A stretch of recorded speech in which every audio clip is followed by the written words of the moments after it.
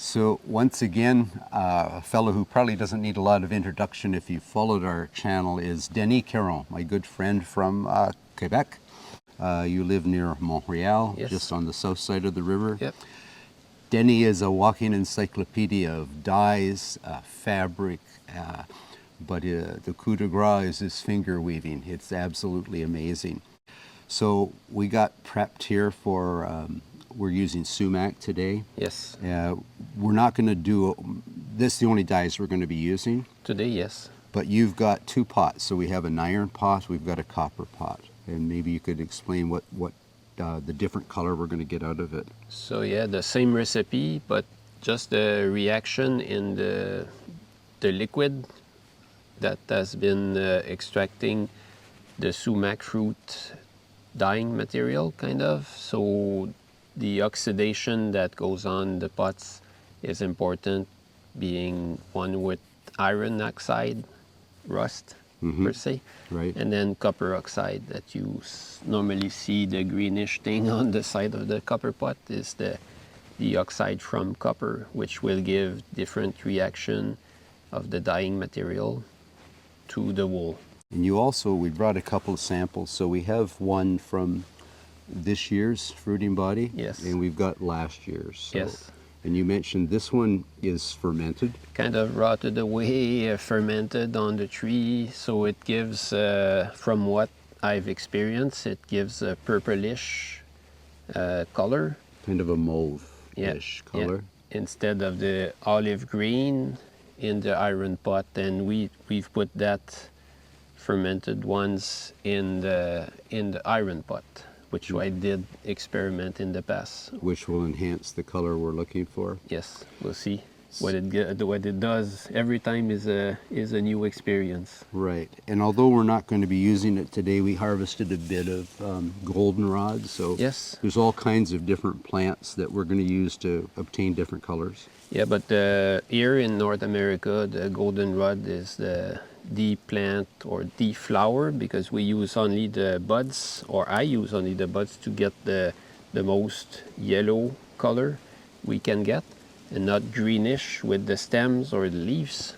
So you harvest it full bloom and just use the buds and flowers to get the best yellow you can on wool. And then you're going to combine different ones. I know I'll show off for you here, Denis. Denis made me these legging ties, beaded, hand-woven legging ties. And this beautiful green that came out of this was a combination of blue and yellow. You need to get green. So for the blue, you're going to use... Yeah, firstly you do with the goldenrod yellow, the wool, and then dip the same wool into indigo bat, and then it will give the green, so a composite color, we call it. One of my favorite accoutrements. Yes. I wear them with pride, sir. You know, we think when I attend events, rendezvous, and different time frames, you see this sea of brown. And we know that brown was common. I mean, I'm guilty of it, but we also know that people love color. They love things with color, and I think we sometimes overdo the brown, thinking, well, it's camouflage from the natives or the bad guys, and it helped us hunting. But Yeah. they did love their colors, and we're gonna come up with some pretty ones today, I hope. Oh yes, brownish and grays were the cheapest ones to do. So Most common. peasant workers, common people would wear those colors. But then, if you can afford some color in your costumes, there you go.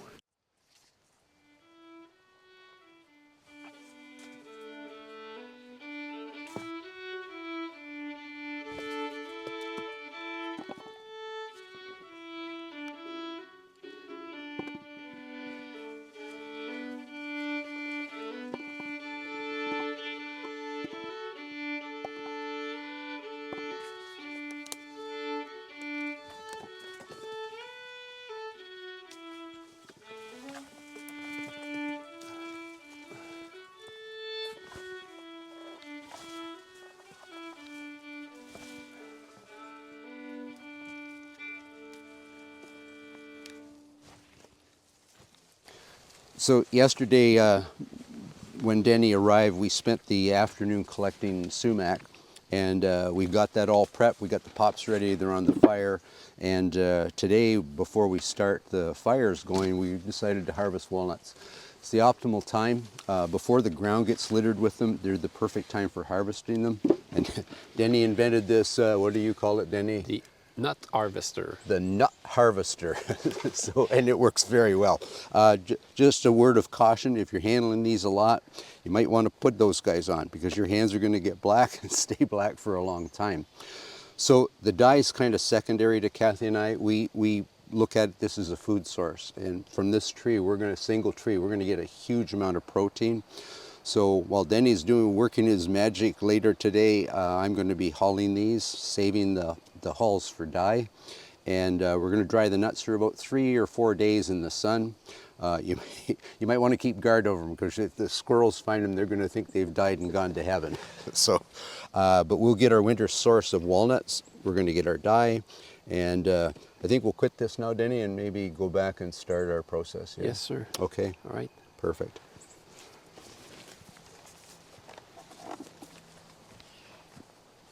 That has infused overnight, so you see the color has begun to come out already. So you normally will let it soak for 24 hours the day before you do the process. You'll begin the process actually. So Some things I should point out don't need dyeing. You've showed me some of the material you've used, like buffalo wool and wolf. yeah, Yeah. that's a good point. You will use more easily the colors you get directly from the animal. If it's not sheep, then it can be bison, Yes.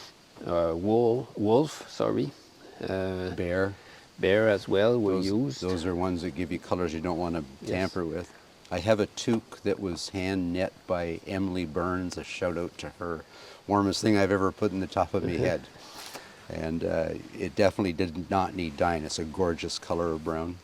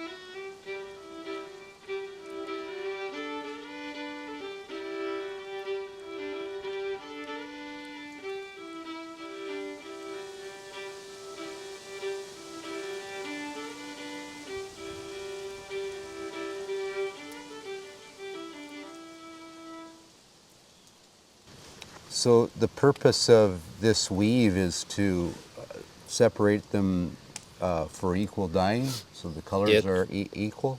Yes, all over the bunch of wool, because otherwise it will make just a big bundle sometimes, and the dye will not get into each strand. I find your dexterity of your fingers rather fascinating, sir. I can hold a musket, but I'm definitely not a finger weaver. That's years of training. So this is the bolt of, or partial bolt of coarse linen that we're going to be dyeing today. I do have a light linen shirt, but I find they wear out really fast. I wear them if it's really hot in the summer, but when I think about our ancestors, people like the Coureurs de Bois or the Long Hunters who went for months and months, they didn't have a lot of changes of clothes. And I don't know, they may have started out some dyed color, but I'm pretty sure by the end of their journey, they were brown. So maybe dirt could be a dye. What do you think, Denny? Dirt? Could dirt be a dye? I think it probably was back then. Yes, earth, like iron oxides or different earth oxides, they Can were be. used to dye as well. See, I was making a joke, and here it is an actual dye. That's cool. So you've got put out a display here, Danny, to explain the colors. Yes. And let's start with these three and explain. You're going to explain what happens in the different pots, copper versus an iron pot. Yes, so this olive green is sumac fruit from October harvest in iron pot. This one is the iron pot, but we use, like we were talking, the fermented ones that you harvest after the winter. So last winter's buds. Yes. Yeah. And this one is the sumac fruit again, harvested in October, but then in the copper pot. Very good. Lighter color because of the copper oxide reaction. And down here you've got a nut one, but you didn't use walnut. You used So it's the hickory. hickory. It's the shag bark hickory Okay. nut fruits. And then on your right or left, whatever, here you have what we've talked about, the goldenrod. Mm-hmm. And it's the different colors you get out of it. It depends of the weight of wool you put towards the weight of flowers you put in your pot. So you can get varying colors. So less wool or Finer. less flowers, Less flowers, finer wool, more flowers thicker wool. for the same amount of wool. Let's see. And indigo, you Yeah. have for the blue. The indigo that took over the blue color all over the world when it was discovered and distributed. So, and this one is special. It's add-ons bat that you do. So multiple bats of dyeing that you dip your wool and dip it again. That will make it darker and darker. So dry in between, Some of it, just let's say 20 to 30 minutes. just a little air dry drying. time, and then a bat, multiple again. And the scarlet, This scarlet is the typical French one we say is the madder root. okay. That was popularized by Napoleon Mm-hmm. in around 1800s. Okay. So madder root. And then we have the scarlet they made from the insect that comes from the cactus, the parasite Yes. insect. Kind of used for many years by the people from Central America, meaning Mexico, and discovered by the Europeans around Spaniards first were to discover that insect that is a parasite of the cactus. So But only the female. only the female does, because the female will puncture the cactus and then grow on it.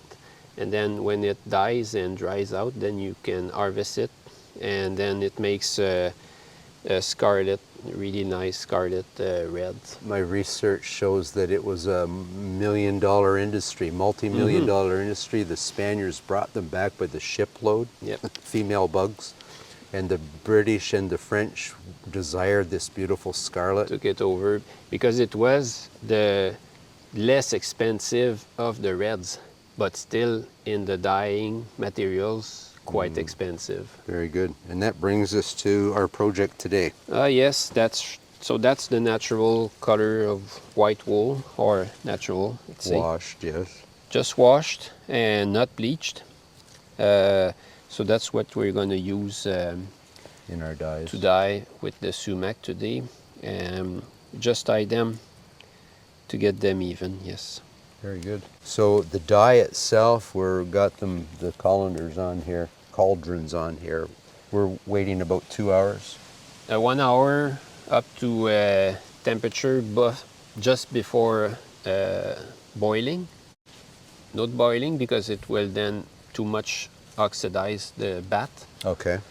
And then you stay at simming, let it simmer for an hour just to extract maximum out of the plants, and then strain, and then we'll be good to put dye. the wool in. Okay. If it doesn't rain. Doesn't matter too much. We talked We'll keep the fire on. we talked earlier about colors that are natural that we don't want to mess with. So we talked about bison wool. Yes. That's that. That's the bison. And this is wolf. This is wolf, yes. Wolf, yeah, there's beautiful browns that you wouldn't want to mess with. Very good. So we're getting somewhat close. I see steam coming off them. It's good. Another right stir. at the good temperature. Good. Another stir. Then we're going to strain out all the fruiting bodies, right? Yes, because otherwise it's going to be all in the wool, and you don't want that. Yeah. We were discussing earlier the pots that we're employing today. Denny believes that the copper pot was actually a dyer's pot. Yeah, it seems really, or looks like really the ones that I found to see in the old books of dyeing material. So old, and this one could be equally as old. So it was made in a foundry in Lower Canada. Trois-Rivières, Three Rivers, yes. And the name of the company was? Les Forges du Saint-Maurice, yes. So the research indicated that that forge started in 1730 and functioned right up till 1880. For about 150 years to operate, yes. So our persona is 1750s, and that could very well be that old? Yes. That's pretty neat. A little bit of history happening here. Kind of. We think about indigenous peoples having a bland diet, but a lot of their diet, their protein came from nuts. Walnuts is certainly a big one. They would make flour out of nuts. They would make oil out of nuts. Kathy and I just store them for use in the winter. And like I say, it's one of the easiest things that we put down for the winter is walnuts, because Mother Nature's going to dry them for us and they'll last for the full winter. And the byproduct is great dye for clothing. Denny, you were saying too that when you use vegetable-based materials versus wool, that one of the reasons they fade here, what was your comment? It's the nature of the fiber. The vegetable fibers like linen or cotton, the dyeing material doesn't get through the center completely out of it, stays at the exterior of the fiber mostly. So that's why cotton, linen will fade more easily than wool, because wool the dye will get completely through it, through its center, so it will live longer for wool. Mm-hmm.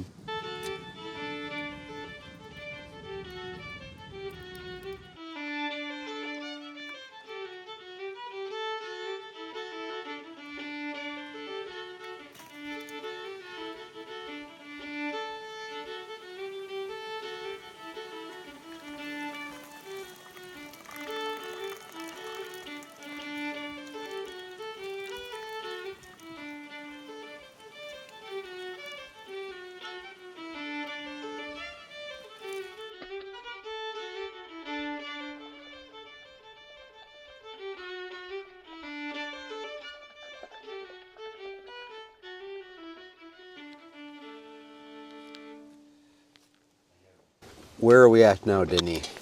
Now we're at the part of the process where we can put the wool into the infusion bath or the dyeing bath.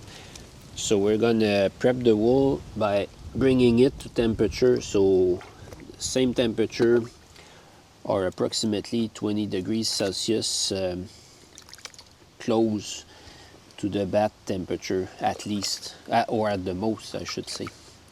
So not to make the wool felt, you need to respect that. Otherwise the wool will close completely on itself, and you won't get the an dyeing even process dyeing. won't work as supposed to be.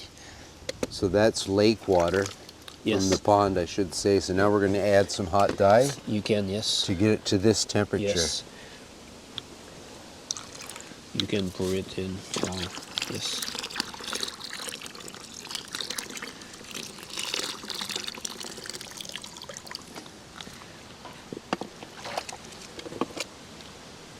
that's good.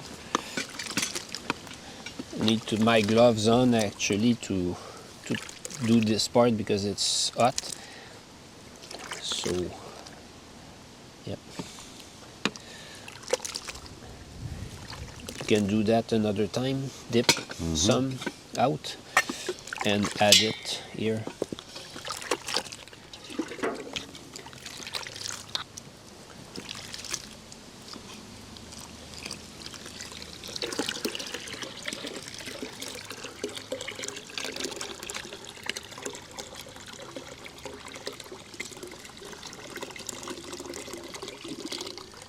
That should be good.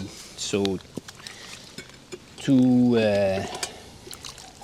temperature raise for the wool, and now I feel it that maybe 60, 67. So we pass from 8, 10 degrees Celsius to 30, and then to 60 something. Just feeling it in my hand.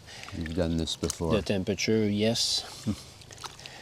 So that should be okay. So the difference now in between this water or solution, I should say, to this will be less than 20 or 25 degrees Celsius. So the wool will not felt. Okay. So then we can pour this in completely. If you're gonna do that. How come I don't get gloves?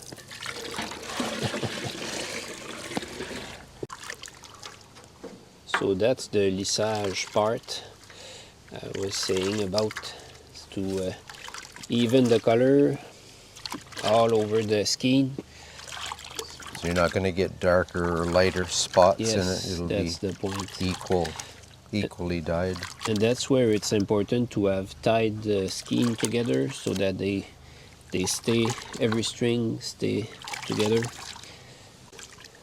So now that I've done the lissage, evening the wool, I can put them just to simmer for 1 hour.